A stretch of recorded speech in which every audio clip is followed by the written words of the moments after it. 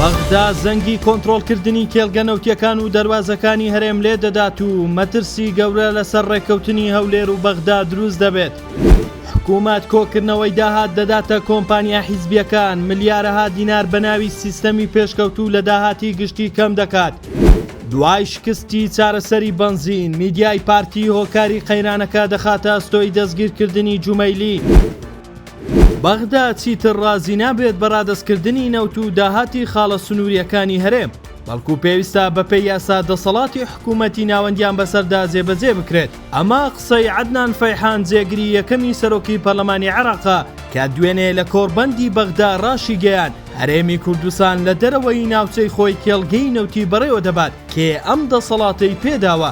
بەغدا دەیەوێ ئەم کێڵگەنەوتیانەی لە ناوچەکانی دەرەوەی ئیدارەی هەرێمن واتە ناوچەکانی مادەی 140 بگەڕێننەوە ژێر دەسەڵاتی بەغدا. ئەو کێڵگانەی لە ژێر مەترسیدان کێڵگەی شێخان، کێڵگەی سەرسەنگ و بلۆکی بەردەڕەش و عین سەفەنی. لەبارەی دەواازە سنووریەکانی هەرێمیش ڕایگەیان پێویستە دەسەڵاتی تەواوی بەغدا بەسەر دەواازەکاندا هەبێت، نەک تەنها پشکێکی داهات بەپێی یاسای بودجا بگێڕنەوە.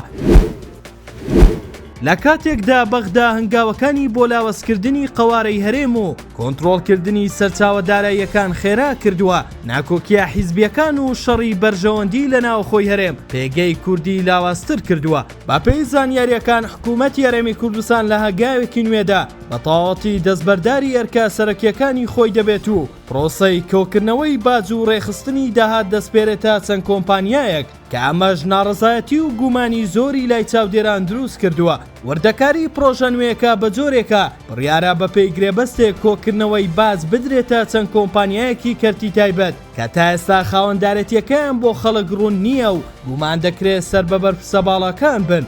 حکوومەت بڕی 3 بۆ 4 ملیار دینار بۆ جێبەجێکردنی ئەم پرۆژەیە تەرخان دەکات بە پاساویەوەی کۆمپانیەکان سیستەمێکی پێشکەوتوو بەکاردێنن. بەم هەنگاوە حکوومەت فەرمانگە و فەرمانبەرانی خۆی لە ئەرکە سەرەکیەکانیان بێکار دەکات و دەسەڵات دەداتە کۆمپانیەکان.